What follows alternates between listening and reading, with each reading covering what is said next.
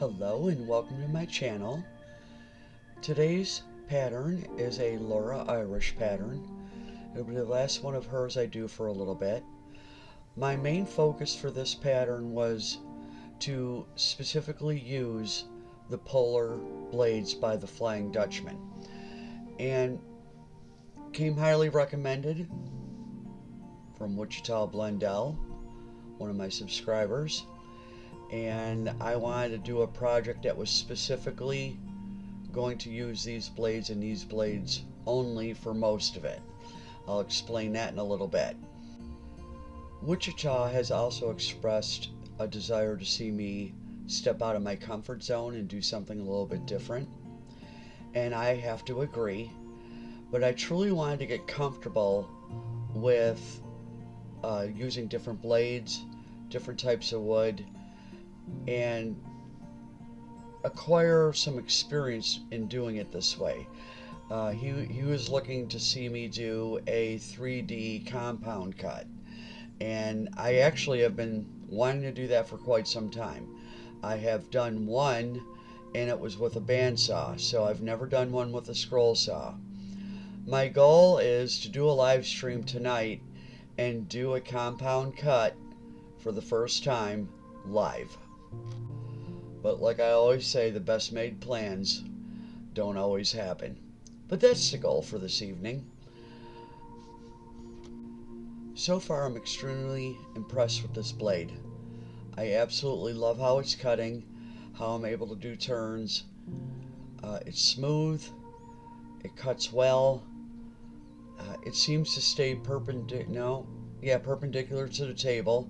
I don't have much flex on the blade itself, so I am happy with it. On this particular pattern, I did end up using 3 blades because they did get dull pretty quick. I believe there's 50 cuts on this pattern, and being 3/4 inch hardwood, that's no surprise. I was able to feel it immediately, change the blade out, and that just left me a lot less aggravation.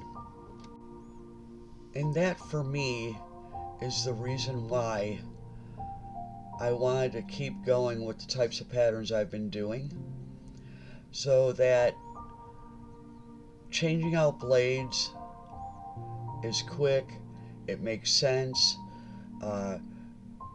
For some reason, I was very much wanting to save the blades and use it till it couldn't be used anymore. And in this type of work, you really can't do that if you want good quality cutting and a good quality cutting experience. Therefore, I made up my mind when I started this pattern that I was going to change blades when needed and switch out to a different blade for a specific part of this pattern because it works for me.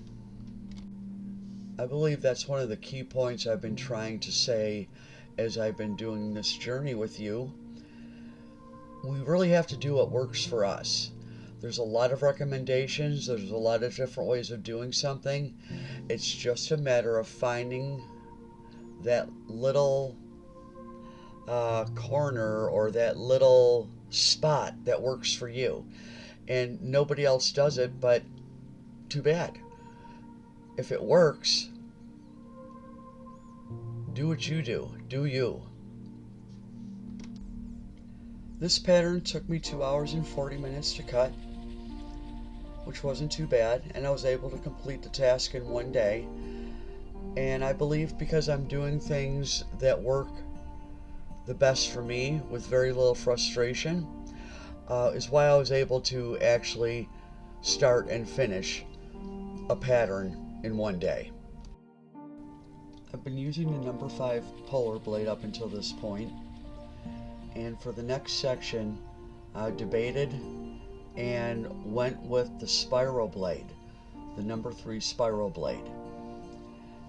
Again, less frustration for me with this zigzag on this part of the pattern.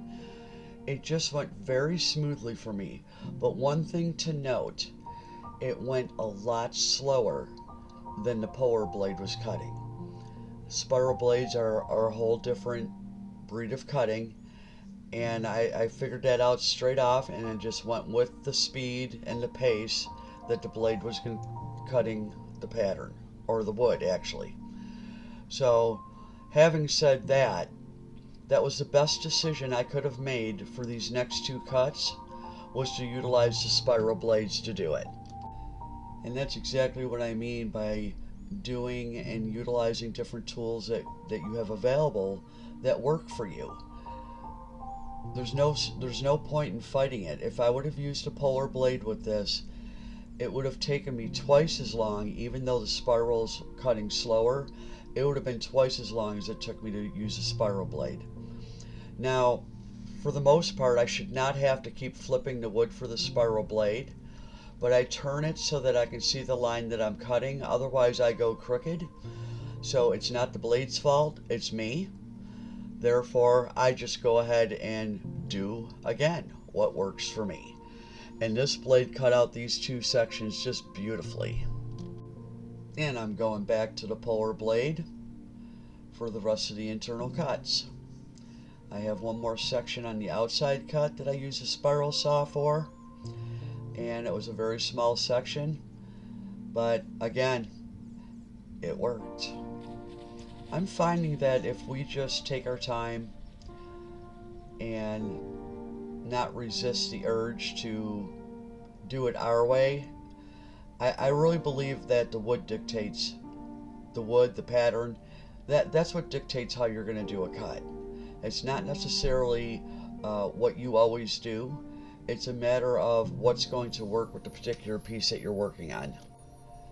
I was so pleased with the cutting on this pattern. I don't believe I made any significant mistakes that have to be corrected. I almost did, but I don't believe I made any. And I was very happy about that. Now, on this next cut that I'm doing right now, the blade was dull.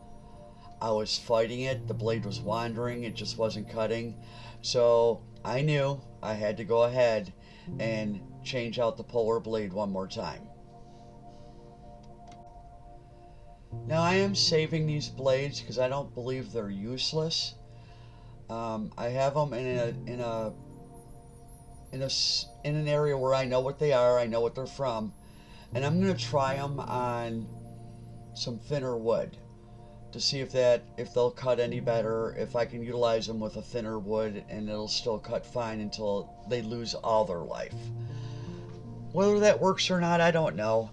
I just don't have an endless supply of money to keep buying brand new blades when they stop working for me on a project. So I'm just gonna play around with stuff. You never know unless you try. Now I'm almost done with the interior cuts on this, and you'll be seeing where I switch out and put the spiral blade back in again, just for the hair on the top of the horse's head. I started the outside with the polar blade to get where I needed to go for the spiral blade. Now a spiral blade, by design, it's wider than the polar blade, so I had to take off a little bit of extra material so I could go right into where I left off and continue cutting with the spiral blade. And I'm glad I used that for this part of the hair. Did I have to on this section? Not really, but again, I was more comfortable with it, so I did it. It's nothing to change out the blades. It's so easy and smooth to do. So I got partway over the ear and I stopped, took off that section, and went back to the polar blade to finish the outside cuts. And as you can see, I still had the same style of cutting, but I was able to do it a lot easier with the polar blade on this part. They were more straight, they were longer, it just wasn't as difficult for me.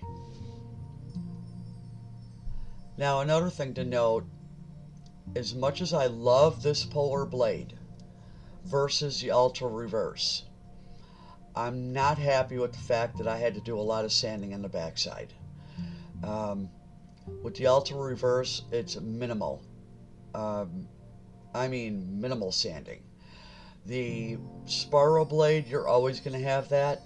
I almost wish they could make an ultra reverse spiral, but I think I'm asking an awful lot for that. I'm going to be doing that live tonight. I hope to see y'all there.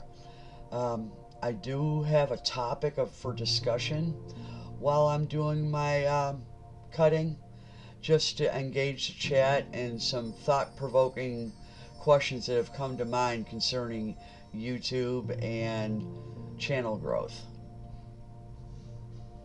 If you made it this far in the video, thank you so much. Please give it a like. If you want to subscribe, that's great. If not, I'm fine with that too. Would love to see you come back. God bless and have a wonderful day.